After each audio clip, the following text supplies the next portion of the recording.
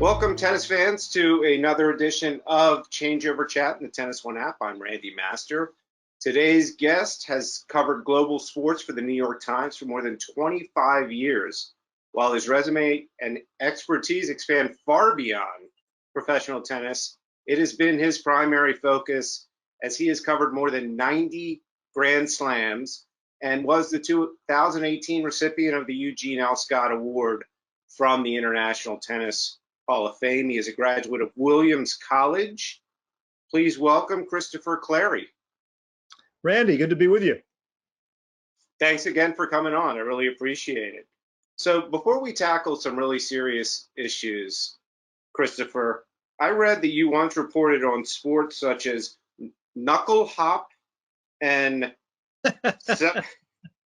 and Sepatek Raw. I know I missed that. What the hell are those things? You know, I guess you hang around long enough, you get to do everything. That's the way it works, I guess, in this business. Right. I was with the International Herald Tribune for a long time. I was their columnist and sports correspondent based over in Europe, and I just did any kind of global sport under the sun, really. And Knucklehop is part of the Arctic Winter Games. It's the Arctic people or Northern people. It's a game where they play in these quadrennial games that are always up in that part of the world. And but best as I can tell, it's, you know, you got to have strong knuckles to do well in it. It's very important. What about this other one that I know I botched the name? Yeah. Very popular game actually in Southeast Asia.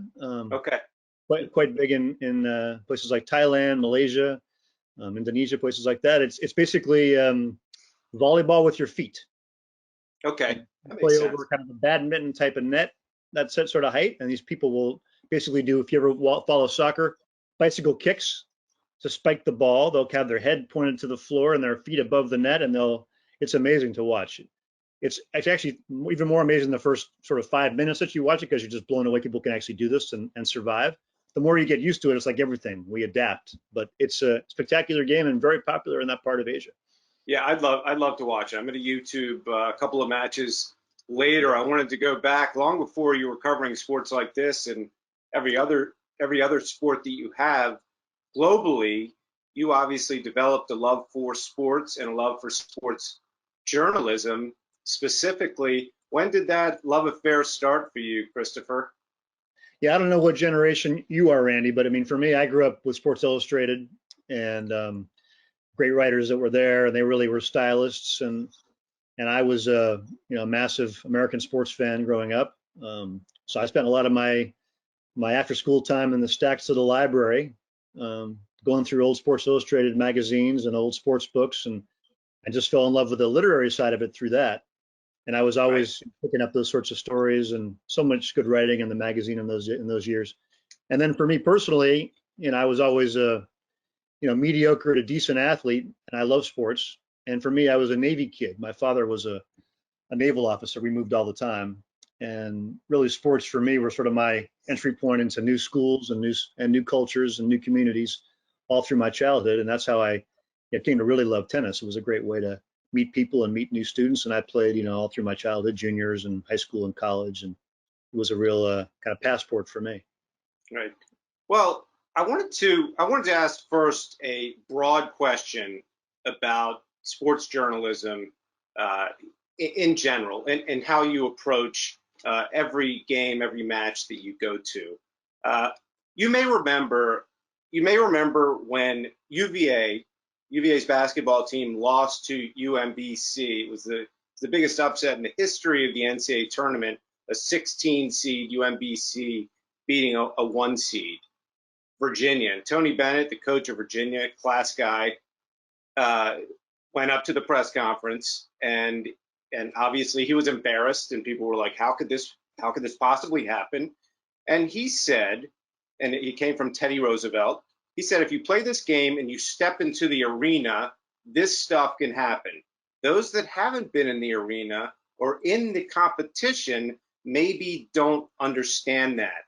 Have you ever felt that because you weren't a player at the professional level, whether it's tennis or any other sport that you've covered, that because you haven't stepped in there, you don't have the right to criticize a player as far as tactics go and what he should have done in a match.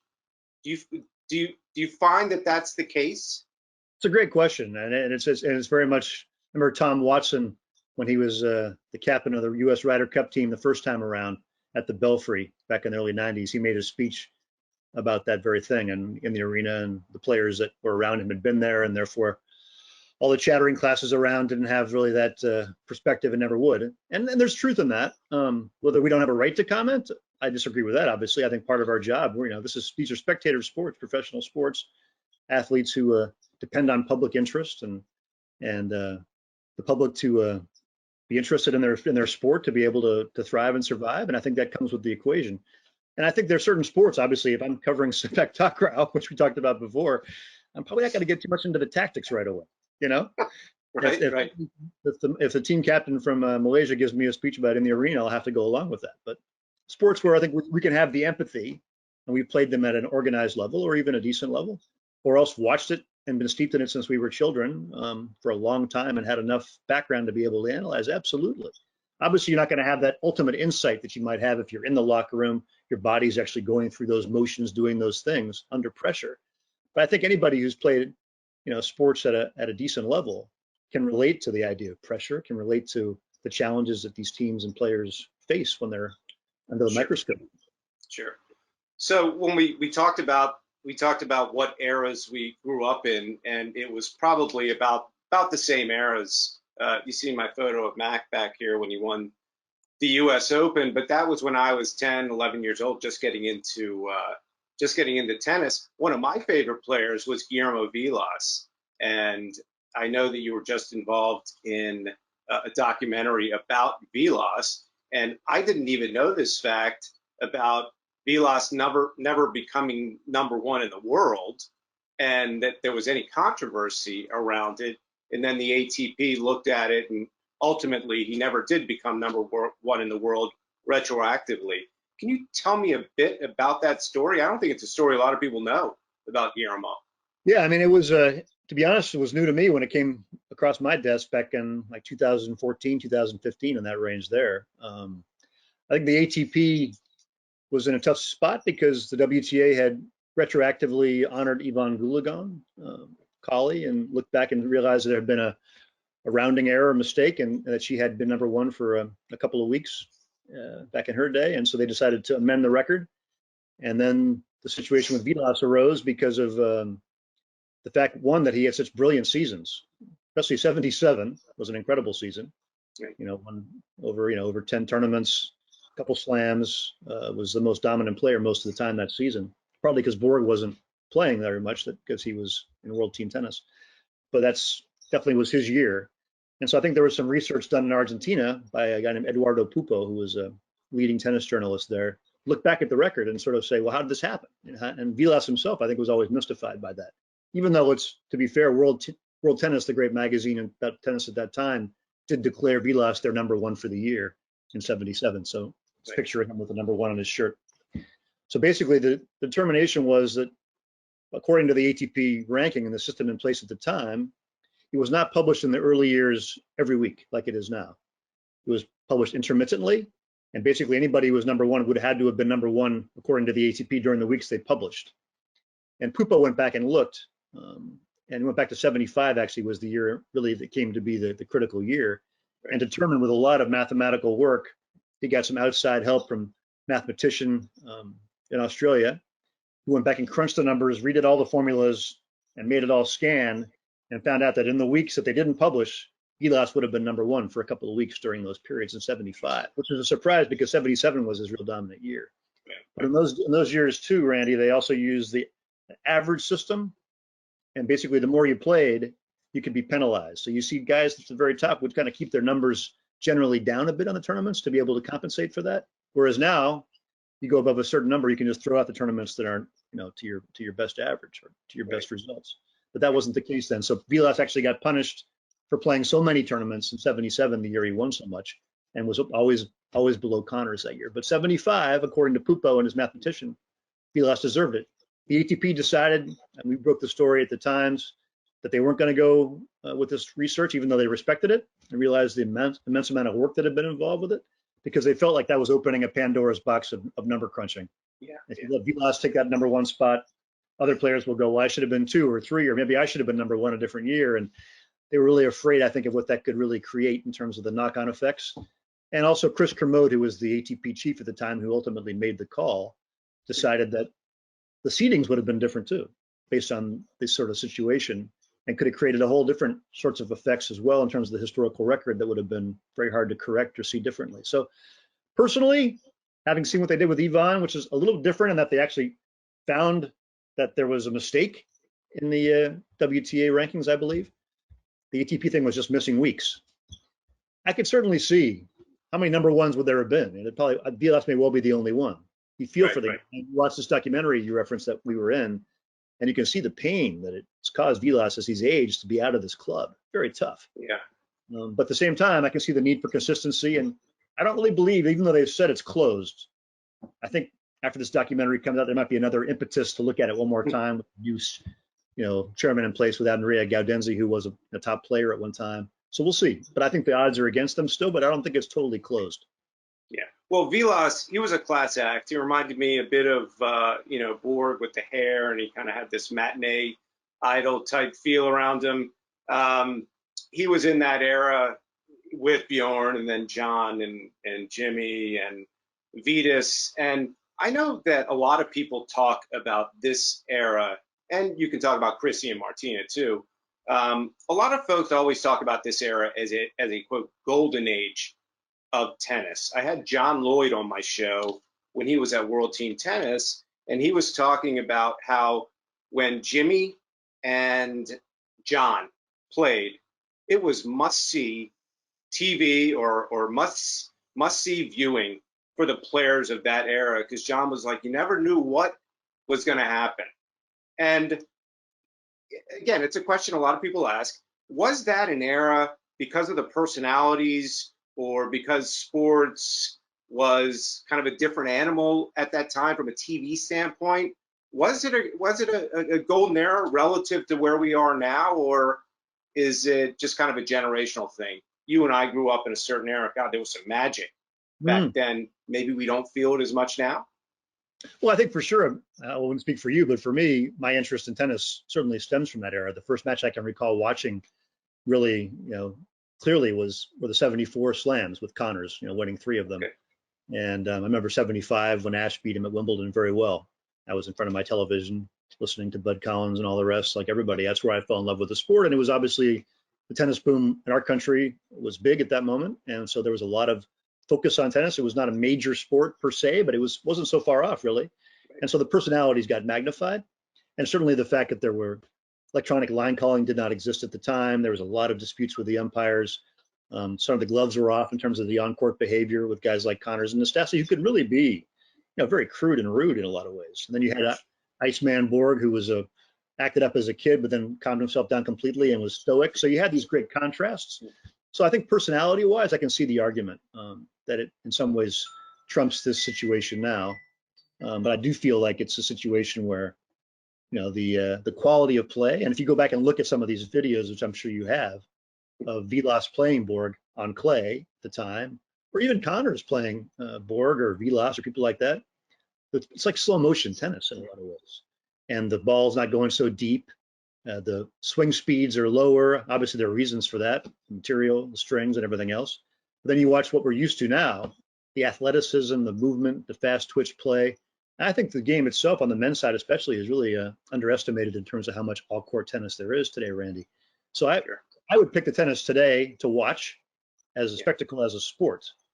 But in terms of personality, I mean, it's very hard to deny that time didn't have a better mix of personalities, characters, probably because they were unshackled and partly because it's the timing of that era and who came into the sport. Sure. Well, as you know, the sport from that time and before was something that Eugene Scott talked a lot about. He was actually my first boss, and congratulations for winning that award. Gene was somebody that spoke his mind, and I go back and look at some of his Vantage Point columns from tennis weeks of the 70s, 80s, 90s. He was actually talking about a lot of the same political issues that we have today in the sport, this just in, there's been a lot of infighting between the governing bodies of the sport over the years. The latest one to me, and I haven't heard a lot about it of late, and maybe you have, is before the U.S. Open when Novak Djokovic decided that he was going to start his own players union per se to work with the ATP and form a body that would essentially collective bargain with the ATP, just like any other players union that was separate from the actual league. I don't know much about that now. I have a feeling Novak probably still wants to go through with it, but why, if the ATP players have a seat at the table in the current structure, which they do, they have 3 board seats, and the tournaments have their representatives, why is it so difficult for those 2 groups to not work in harmony? It seems like there's always been issues, but now the number 1 player in the world is just saying, I'm out. I want to work with you guys. What can we do? But is there any solution, or is this going to be a big issue right now? I'm not sure we have enough time for this. Is this a series of podcasts here, Randy? It is. We usually, I had Steve Weissman, a friend of mine from the Tennis Channel. We went on and on and on and on, but we had a good time. But no, I don't want to take up your whole day. We've got an election. The fact of it is, you bring up Gene's columns, which were very provocative and in some ways ahead of their time, in some ways very much in step with their time. It just shows you that things haven't really evolved enough, or very much in some respects. So I think Novak's attempt with Vasek Pospisil and a bunch of other players, which was also a lot in concert with the women, including Sloane Stephens back in its genesis last year, which hasn't come out that way yet, but I think it may go that direction. That really stems from this need to unblock the situation in some fashion. And it's just frustration built up over time at the fact that the players feel like there's just not been enough progress, that the system is going to always kind of reel them back in again into a system where the tournament leaders, for their own interests, which are very legitimate, decide that prize money hikes or strong stands from the players are really not to be accepted, and they can't be condoned by them. Therefore, there's a block from that. You have a board with 6 members, 3 tournament nominated reps and 3 player nominated reps. So that's a 3-3 tie right there. If they vote their own special interests, the tie should be broken by the chairman of the board. In the case of Chris Kermode during his time, he rarely used that. It's rarely been used by any of the leaders because they know. I mean, you're going to make one side angry, and that's one half of what side your bread is buttered on. So it's difficult to unlock the situation. It's got a lot of internal conflict. That's the base of it. So what's happening with Vasek and Novak? It's an understandable attempt. It's not new. There have been attempts at unionizing, and they don't call it a union because of labor law probably, but it's a player group, if you will. Lots of attempts at that over the years that have either gone pretty far or not far enough. And they really want to try to make an attempt to get, above all, I think it's the question of the players' rightful amount of prize money at the major tournaments in their viewpoint, where they feel that the percentages does not equate to other professional sports.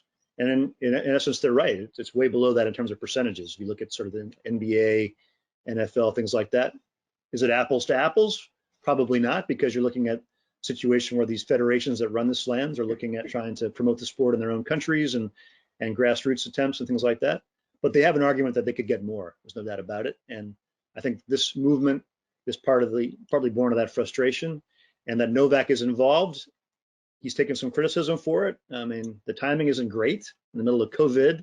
The people trying to make the tour restart to kind of launch this latest move that's going to splinter the game even more without the top players like Federer and Nadal's support, and some of the young guns as well.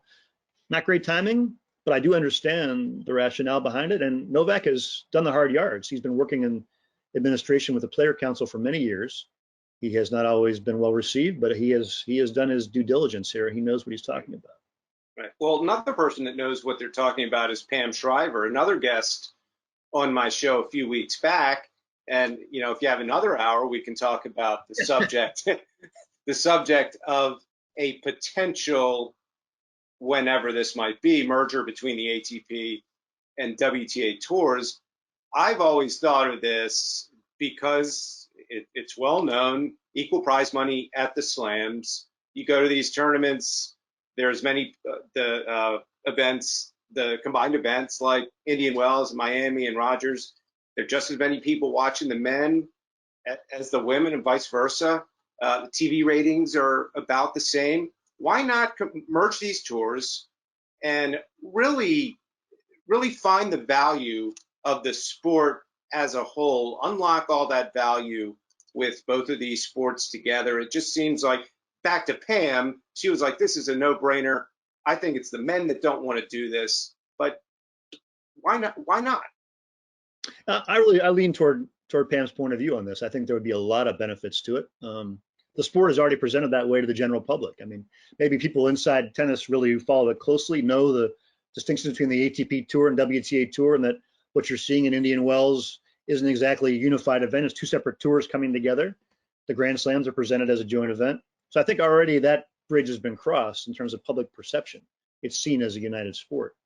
The problems are obviously when you come down to the economics of it, Randy, because still men's tour events separated from women's tour events. And obviously there was a great deal struck in Shenzhen with the WTA finals recently that created a lot of revenue for the tour. But still generally, from day one to the end of each season, the men's tour separately will generate a lot more revenue at the moment than the women's tour will generate. Call it what you will, market value for the moment is still isn't equal there. So the men are concerned about that, and I think understandably, and whether you go in as equal partners there, that's the debate. These men can say legitimately, these are our numbers, here are your numbers. They're not the same. So it would take a certain amount of compromise in terms of how that pie is apportioned and phased in. There's a lot of institutional will right now to cooperate on commercial issues, at least.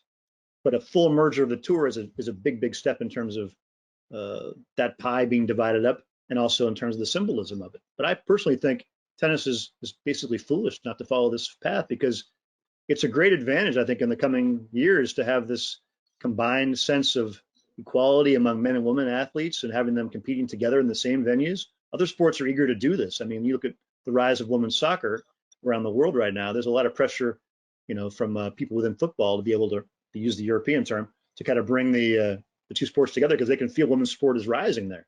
Golf is also interested in trying to do some joint majors together, if possible, at the same courses. So you can sense that the other sports that don't have this are already trying to see some benefit there and want to do it. And tennis already has it. So if there's a way to make that stronger, unite that, and get economies of scale out of it, and be able to promote the sport better, because the sport is losing market share in a lot of mature economies and markets, then by all means they should consider it. I know they're talking about it, but from what I hear, still it's at an altitude level as opposed to really around the table getting into nitty gritty. But there are some things that are happening with data rights and other issues like that are going to be convergence there, but it's not the big picture yet. But I think it should be, and I agree with Pam. Right. Well, let's talk about the players on the court. They're having some fun. They're playing some great tennis right now. Andrey Rublev, the young Russian, this kid is on fire. He's number 7 in the world. He's won 5 tournaments this year. I think he's up to about 7 in the world. I've always known that he's had unbelievable potential. Hits the heck out of the ball. He's a workhorse. I mean, this kid wants to win. What do you think about Rublev? He's been not under the radar, but not maybe talked about as much as some of these up and comers until now. You see a couple of slams in his future? No, I think you're right. I think he has been a little bit overlooked, probably because he had injuries, and he was out for a little while. He was rising quickly, had a lot of the right agents interested in him at an early age, and you could see the ball striking potential was there whenever you watched him play matches, even when he was pretty low ranked. It was just incredible sort of easy power on the ball, despite a very slight frame in a lot of ways. He has incredible racket head acceleration, great timing, takes the ball very early, kind of a la Agassi, if you will. Pretty flat hitter. So he really takes away time from players, and he has a very energetic, high octane kind of style. So for me, he's a top 10 player, and I felt that way for a long time if he stays healthy, because the style of tennis that he plays, I mean, it's all action, huh? And that kind of play style can be tough on a body, because there's a lot of impact there, and he's really pushing off into every stroke. But if he stays healthy, yeah, top 10 level tennis, and certainly I could see hard court slam potential for him, especially when the Novak and his generation starts to fade a bit. There's going to be a lot of openings, and he's certainly going to be in that mix. I don't see quite as much variety in his game as I see in somebody like a Tsitsipas, for example. Not as much tactical variation as you see in his countryman Medvedev. So those guys have maybe some more options on the table in each match if things are going against them. I haven't watched Rublev. I haven't watched, scores of his matches. I've watched a number, and I haven't seen that same level of variety there. And that's going to maybe hold him back in a game era when there's a lot more diversity. You can see it already starting to happen. Let's go to the women's side. Iga Swiatek, what a role at Roland Garros. Who knew? Well, she had won the Roland Garros Juniors, I think the year before. She was not certainly not an unknown, but she absolutely rolled through that draw like I've never seen, and it was impressive. Doesn't seem like a one slam wonder by any means, but what do you think of this young woman? She was impressive. Can this go on? It was actually Wimbledon Juniors, Randy. I'm pretty sure that she won. Okay, so yeah, a junior slam champion. Absolutely, yeah, no doubt. Look, I mean, the women's game, there's so much talent coming up. I think it's sort of who gets hot at that certain time, and a lot of people watching her play. I mean, it was just remarkable. Not just that she won, coming in as she did, without a seeding and being basically having not won a tournament on tour before, WTA level. That's extraordinary just in itself, but the way she did it, as dominant as she was, and taking out quality players as she did, like Halep, and Kenin was a bit diminished in the final by her leg injury, I think, but she's still, tough competitor, great ball striker, quality victories from Iga. She didn't just rip through an easy draw there. And the way she dominated, that is rarely in the history of tennis a coincidence.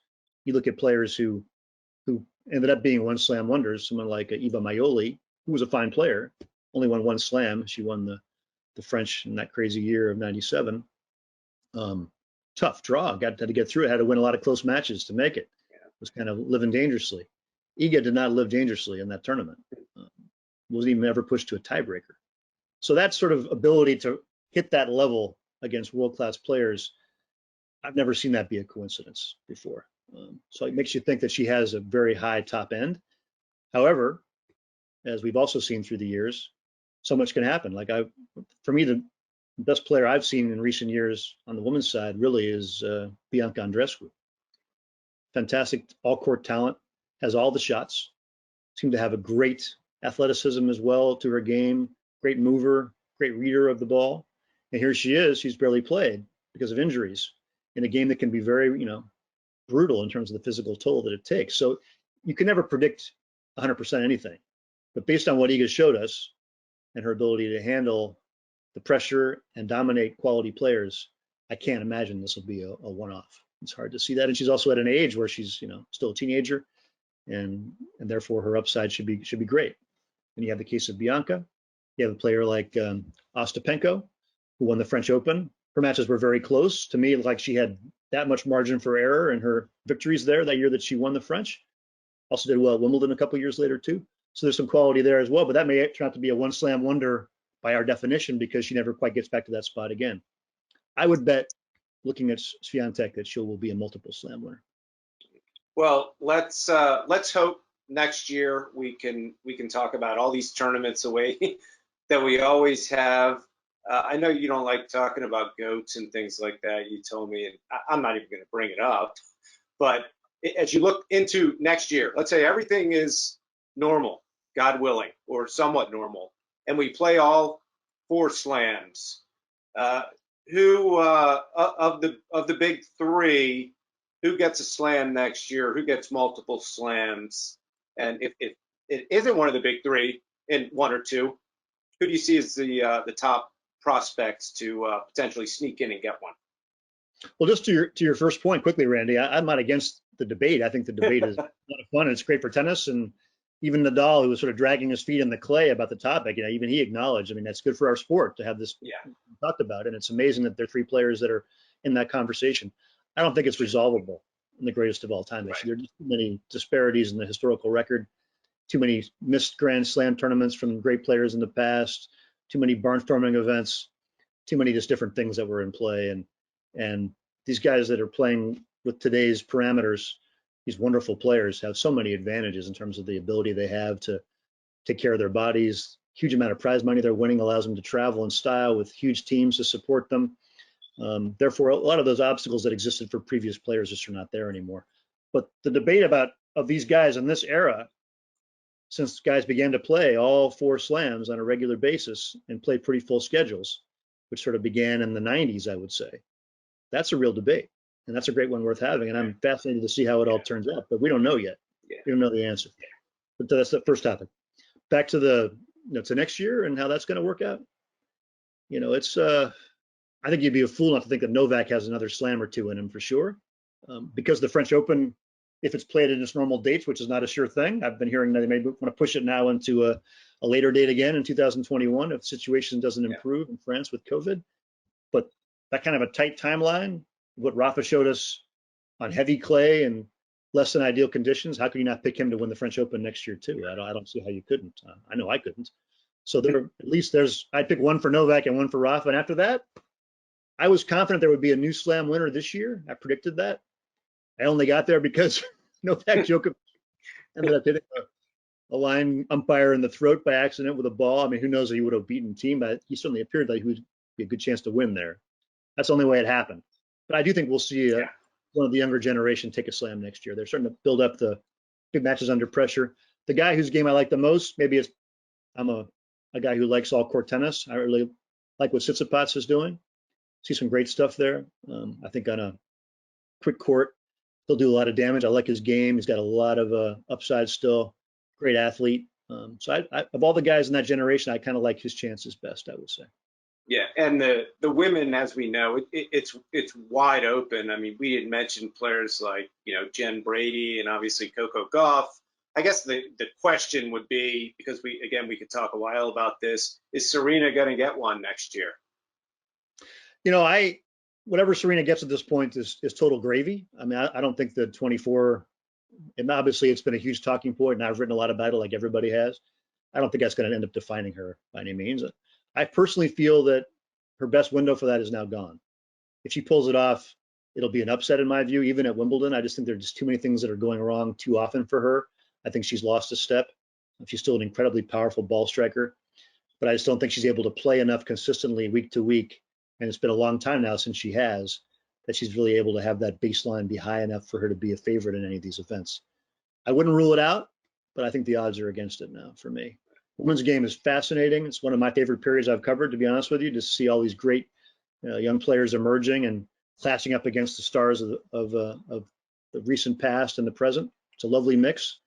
And I want to see Andreescu back in the mix. I think she's a great player, and I think she could bring a lot to the women's game. I'd like to see Osaka stretch herself, Ivan Lendl style, to go back to our generation and play better on clay, play better on grass, get off the hard courts as her main surface and really broaden her palette, if you will. There's a lot of, and Coco Gauff, if she can solve her serve issues, improve the forehand a little bit more, probably one of the best defenders tennis has ever seen. So I think there's a chance for her to be able to really take a big step. It was a bit of a plateau year for her this year. You can see some of the issues she's struggling with.